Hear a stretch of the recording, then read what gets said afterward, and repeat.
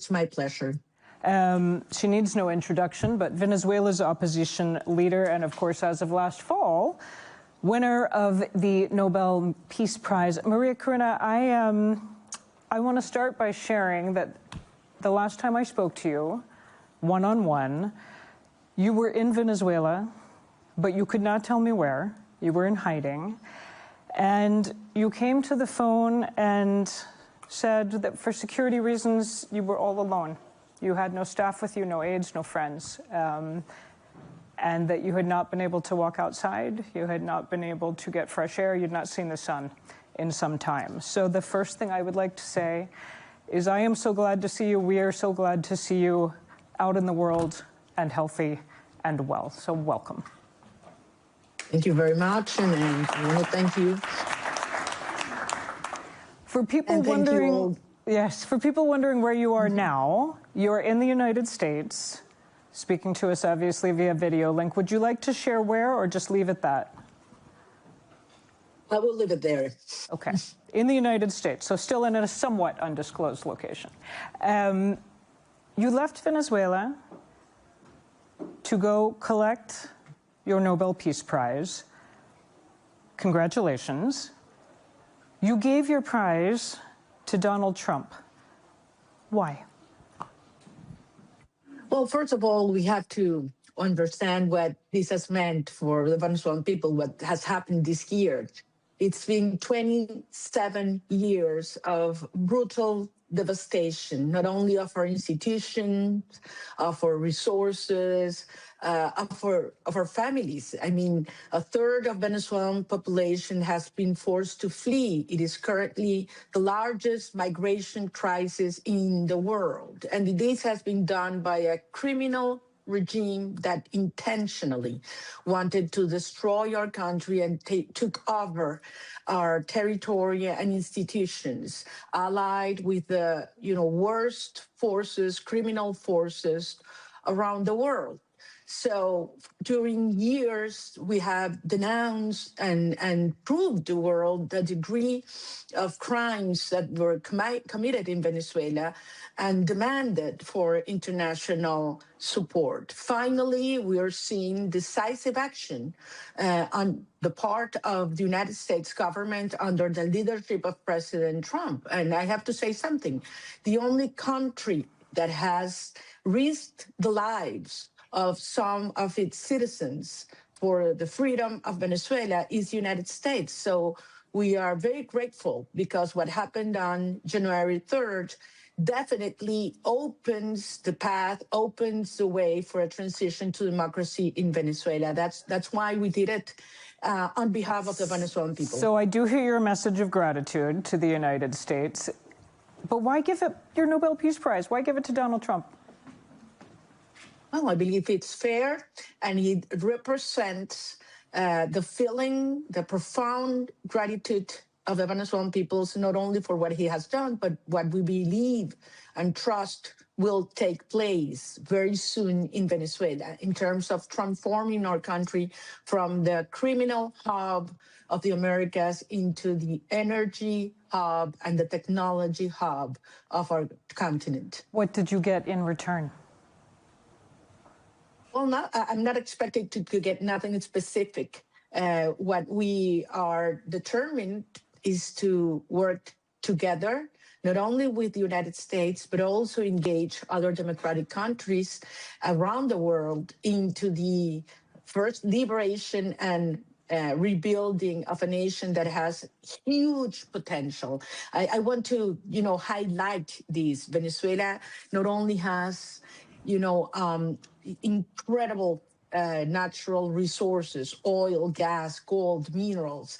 Venezuelan location is unique from a geopolitical and economic perspective, and has huge territory. It's 1 million square kilometers with important infrastructure. So, this is a moment in which we need the world to act, not only, warn or support in words, but actual action in order to dismantle this structure. And that's what I believe it's going to take place as we move ahead. And there's many more details I want to get into on the future of Venezuela and what you would like to see happen and what plans are being made.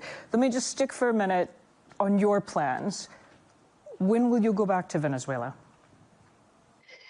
Well, we'll go back as soon as possible when I accomplish actions and objectives that I have in place right now. It means engaging with international actors directly, one-on-one, which I had not been able to do because, as you're aware, I had been banned from leaving Venezuela for over 12 years.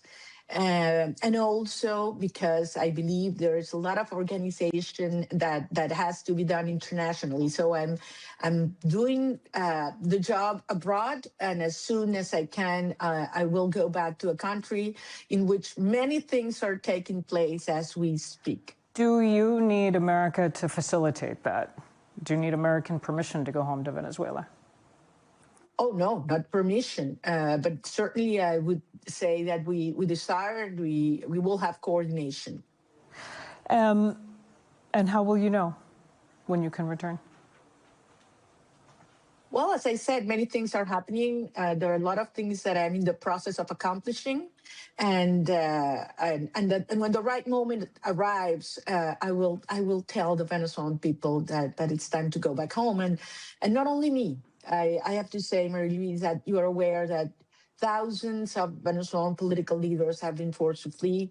They want to go home. And millions of Venezuelans, almost 9 million, are scattered all around the world and have a profound desire to go back home. And that will only take place. All those millions will only go back home when they're sure they have certainty that we're moving into a transition to democracy, because it's not only about economic recovery. It's basically about having trust that we will have democracy and freedom and opportunities for them and their children.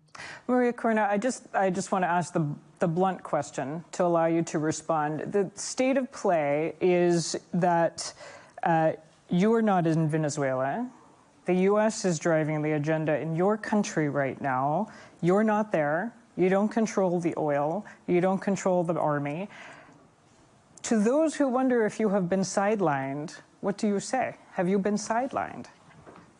Well, I've heard that for years, because at the end, you usually get profound analysis and scenarios and formulas that have dozens of variables, but always leave one on the side, which is the most important of all, and that's the people.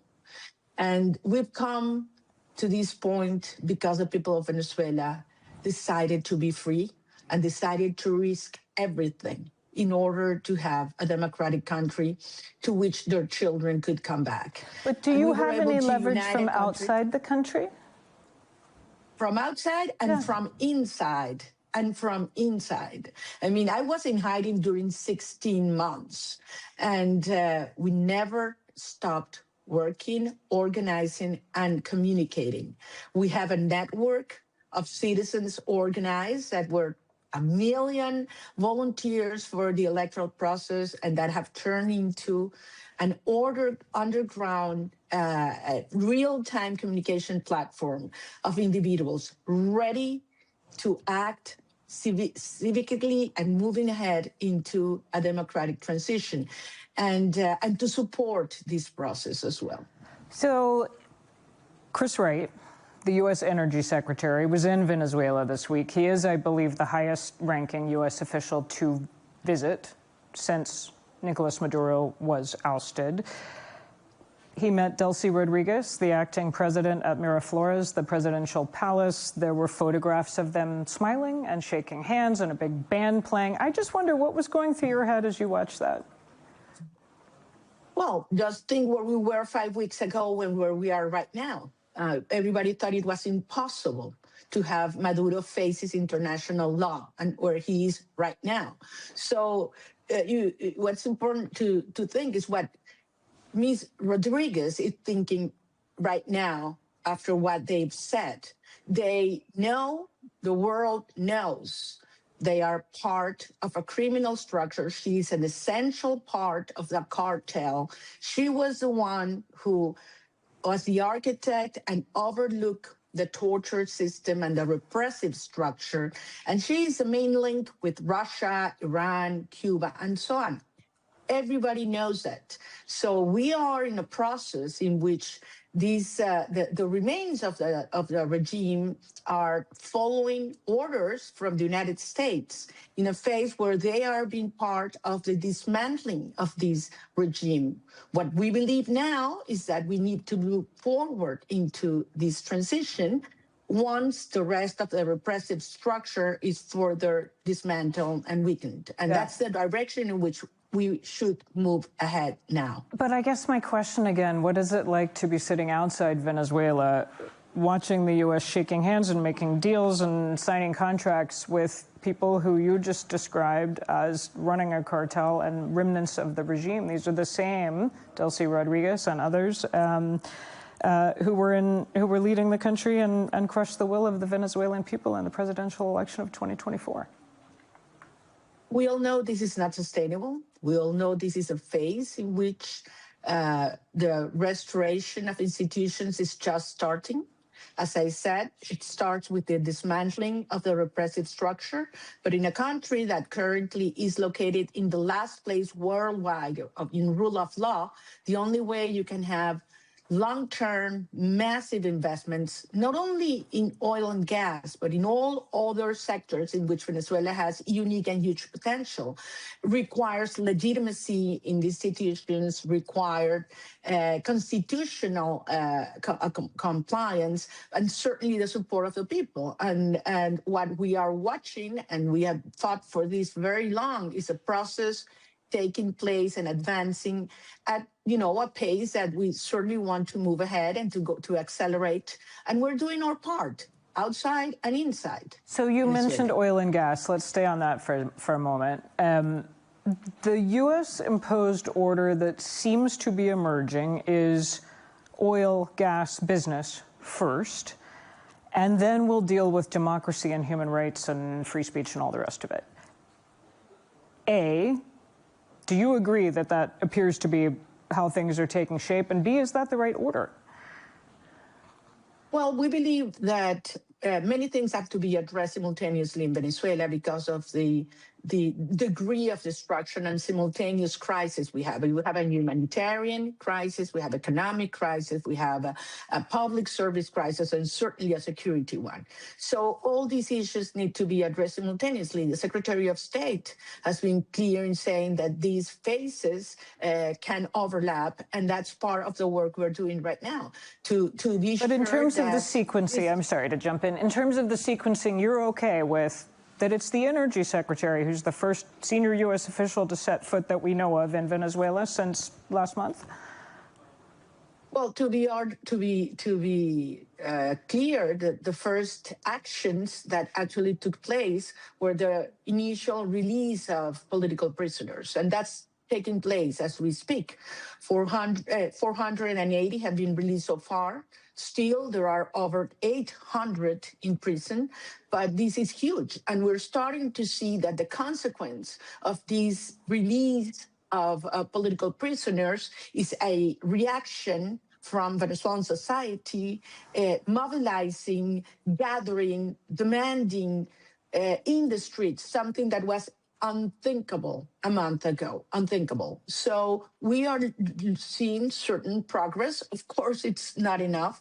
Of course, we want this to move further and more and accelerate it. And that's precisely our job right now. The Venezuelan people inside demanding for, civic rights to be totally restored, because at the end, you cannot talk about a transition if you have repression. And that's what we are demanding right now. And that's what we demand from the international community to support us at this stage. Speaking of political prisoners, just this week, one of your closest political allies was arrested by heavily armed men wearing civilian clothes. He was held without anyone knowing his whereabouts. I'm talking about Juan Pablo Guanipa. He is now under house arrest, is my understanding. Is he okay? Do you know? Actually, I spoke with Juan Pablo last night. As you say, you're right. He's one of our closest colleagues and friend. He had been detained for almost a year, and he was released last week. And the same day he was released, a couple of hours later, he was taken and disappeared again. He is in his house right now, but he's under house arrest. His house is surrounded by security personnel. But I want to highlight one thing, Maria Luisa. I've been speaking with dozens of Venezuelans that have been excarcerated in the last days and hours. If there's something that I'm, really impressed and moved, is the determination and will that they have when they go out. The first thing they do is that they call me in the car and they tell me, what do I have to do right now? And I tell them, you have to go home, you have to hug your mother, you have to take a bath. And then they say, no. What do I have to do regarding my work, regarding Venezuelan liberation? And this is a kind of strength and energy that cannot be stopped. Venezuela will be free because of its people. Although, in fairness, going home and hugging your mother is always good advice at all times and for all of us. Where does all this leave Edmundo Gonzalez, who won the presidential election in 2024, is now in exile in Spain? Do the results of that election just go away and we start over, or what happens?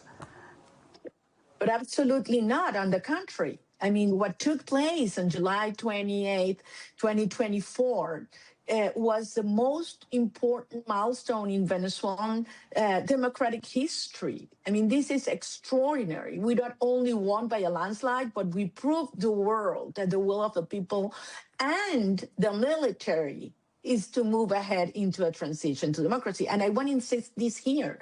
I mean, in Venezuela, the electoral process is overlooked and protected by military. And that day, they were ordered to stop us from getting the tally sheets, and they disobeyed. So this is a proof that the wide majority of the armed forces and the police support us. Edmundo Gonzalez is the legitimate elect president, and precisely what gives legitimacy to what took place starting in January and what will happen in a transitional process and a transitional government that eventually will have general elections is because the people spoke and popular sovereignty was expressed.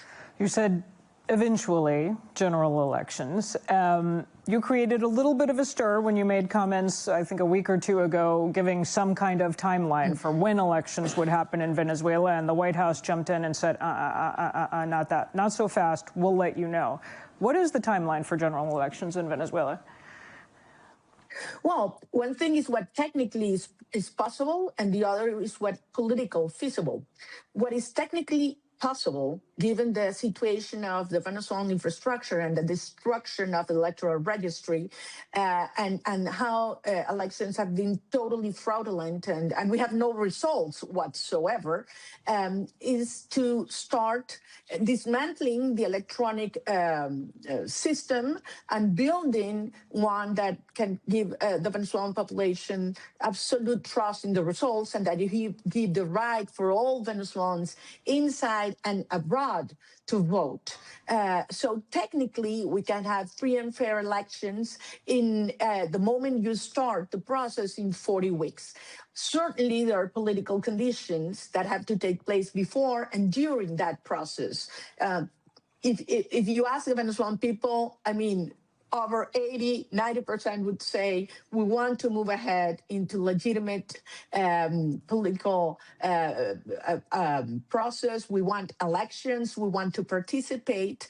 And that's part of our job. I mean, Venezuelans inside and abroad demanding what we believe our country is ready to do. And I want to insist here because I know there is a lot of concern regarding, the possibly violence or disruptions in a transition and comparisons between Venezuela and previous Middle East and other regions' experiences. I want to insist on this. Venezuela has unique conditions. We have a democratic culture. We had 50 years of democracy. We have a civil society that is cohesive, united, with no religious, racial, or regional factions. We have a legitimate leadership, a united opposition, and we have the support, as I said before, of the majority of the armed forces. So a transition to democracy will be orderly, will be peacefully, and as soon as it takes place, it would be better for not only for Venezuelans, but also for the region and certainly for the United States. So is the short answer to when Venezuela will hold elections as soon as possible, but we don't know? Yes, that's true, but we do know what we have to do, and we are doing it in order for that to take place. I'm going to open it to the floor in just a minute, but I have one more question, which is, I'm just curious what your contact is with the U.S. administration, with the White House, with Secretary Rubio. How often do you talk to him? Well, we have permanent communication with different levels and actors, not only in the U.S. government, but also with Congress and other sectors of the United States society. Very, very frequent with all these sectors. And I want to insist in one thing. It's remarkable, given that, the dynamics today of the United States, that Venezuela is a bipartisan issue because of the national security dimension of the conflict in place in my country. I've been in contact with members of Congress on both parties, and it is absolutely clear that it is a top priority for the national security of the United States, for the stability of the region, and even for different agendas. I mean, migration, energy security, trade. This is a win-win situation for whoever has concerns on all these issues taking place right now. All right. I know you all have questions for María Corina Machado, so bring them on. We've got microphones. If you signal me, raise your hand, we'll get a mic to you. Yes, sir, if you would.